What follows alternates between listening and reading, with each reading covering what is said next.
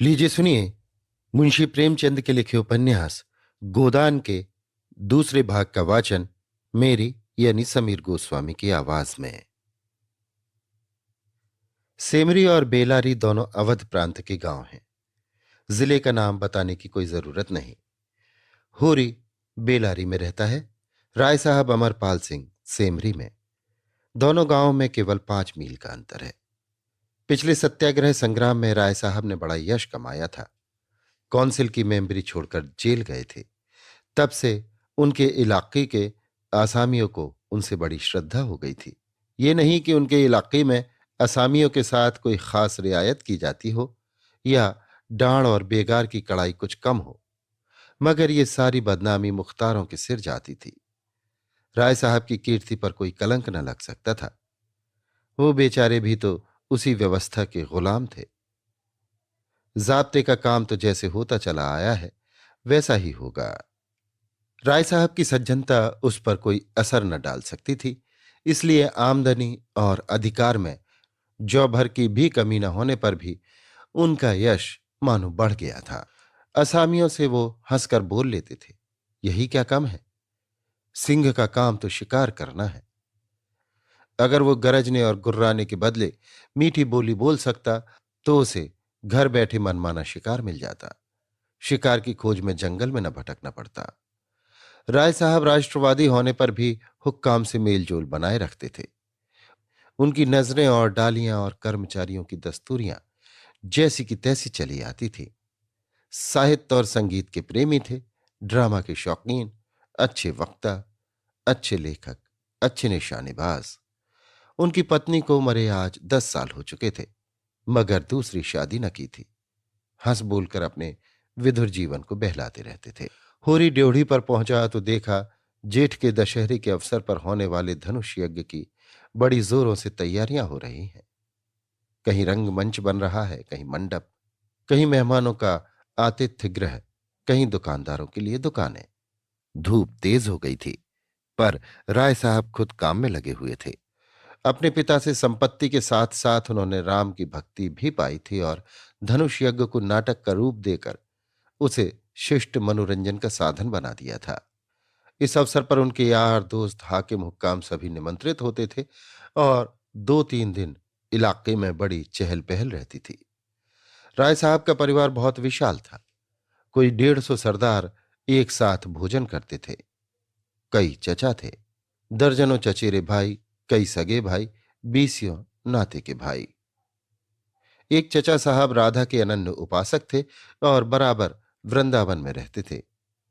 भक्ति रस के कितने ही कवित्र रच डाले थे और समय समय पर उन्हें छपवाकर दोस्तों को भेंट कर देते थे।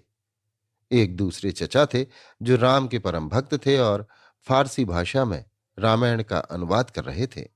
रियासत से सबके वजीफे बंधे हुए थे, किसी को कोई काम करने की जरूरत न थी। होरी मंडप में खड़ा सोच रहा था कि अपने आने की सूचना कैसे दे कि सहसा राय साहब उधर ही आ निकले और उसे देखते ही बोले, अरे तू आ गया होरी, मैं तो तुझे बुलवाने वाला था। देख, अब की बार तुझे राजा जनक का माली बनना पड़ेगा। समझ गया ना?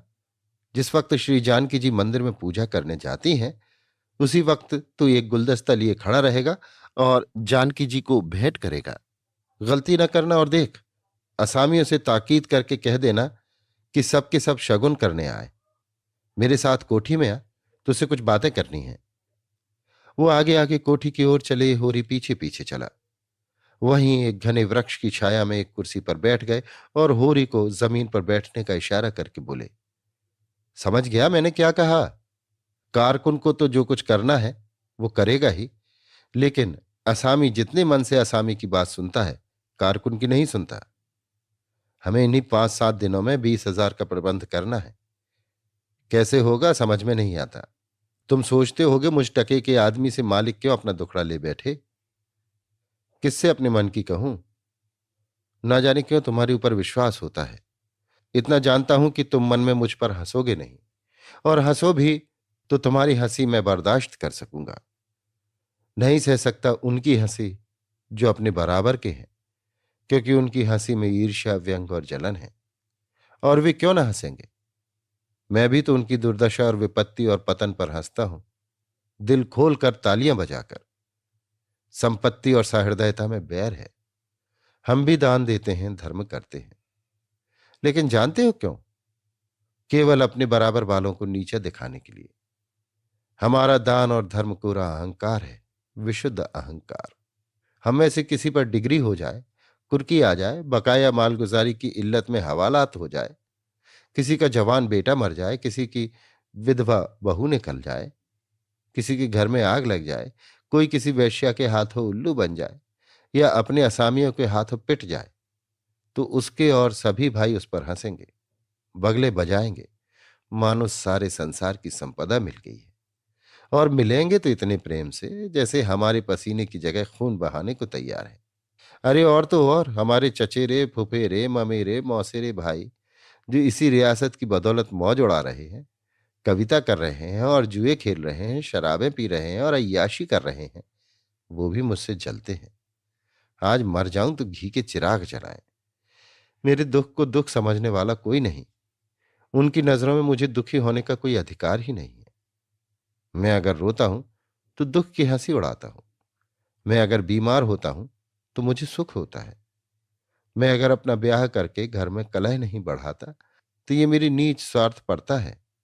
अगर ब्याह कर लूं तो ये विलासांधता होगी। अगर शराब नहीं पीता तो मेरी कंजूसी है। शराब पीने लगूं तो वो प्रजा का रक्त होगा। अगर अय्याशी नहीं करता तो अरसिक हूं। अय्याशी करने लगूं तो फिर कहना ही क्या। इन लोगों ने मुझे भोग विलास में फंसाने के लिए कम चालें नहीं चली और अब तक चलते जाते हैं। उनकी यही इच्छा है कि मैं अंधा हो जाऊं और ये लोग मुझे लूट लें।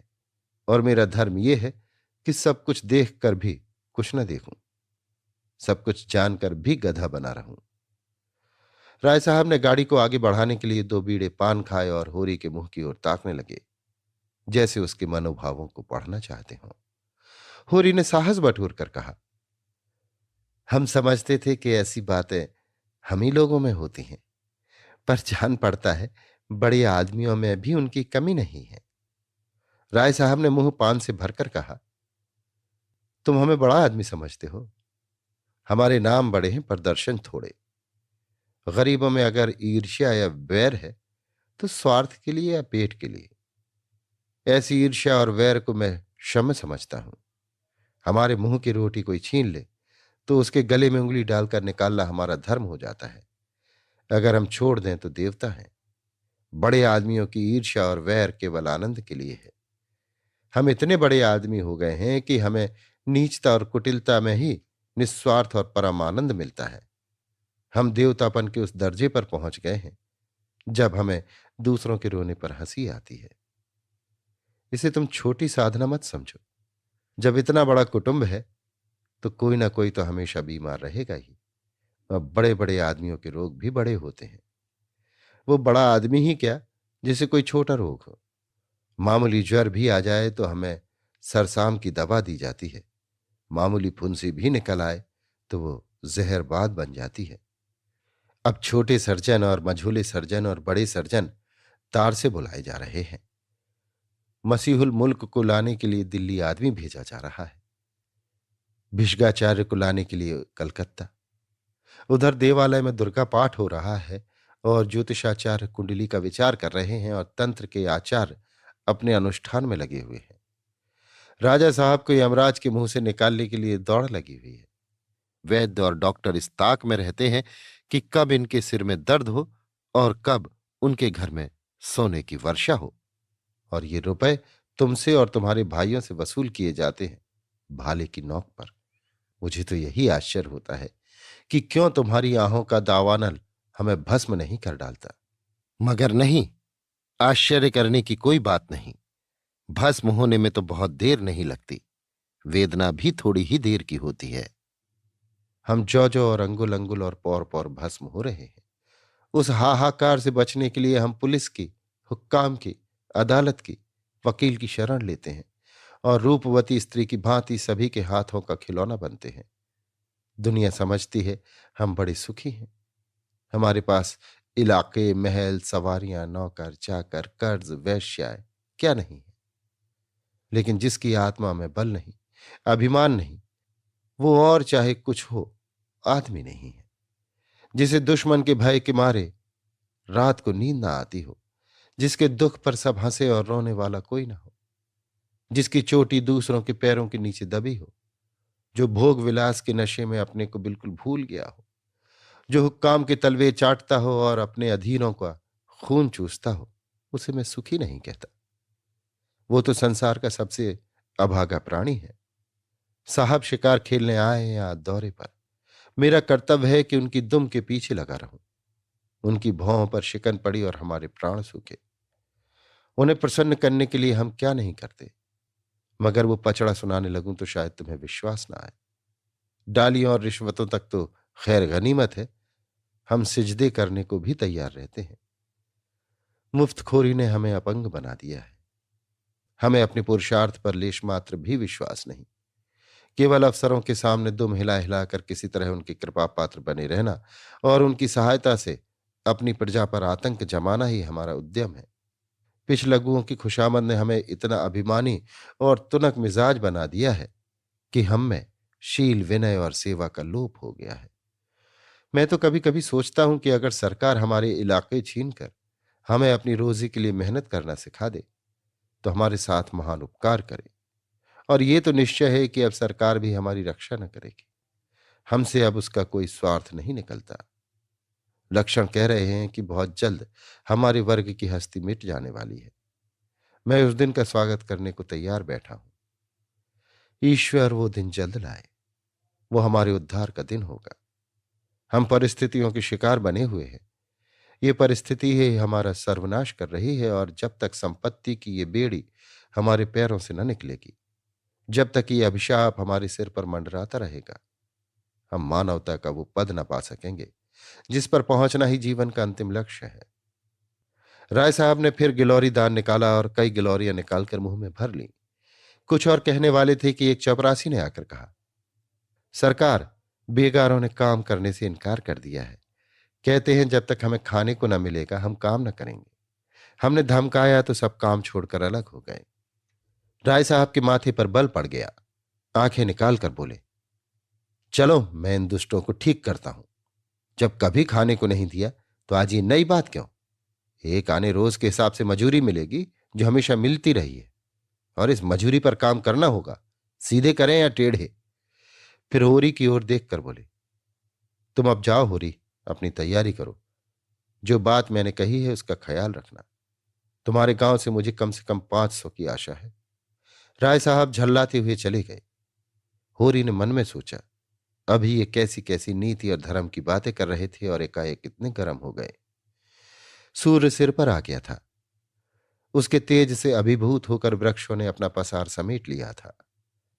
आकाश पर मटियाली गर्द छाई हुई थी और सामने की पृथ्वी कांपती हुई जान पड़ती थी। होरी ने अपना डंडा उठाया और घर चला। शगुन के रुपए कहां से आएंगे, यही चिंता उसके सिर पर सवार थी। अभी आप सुन रहे थे मुंशी प्रेमचंद के लिखे उपन्यास गोदान के दूसरे भाग का वाचन मेरी यानी समीर गोस्वामी की आवाज में।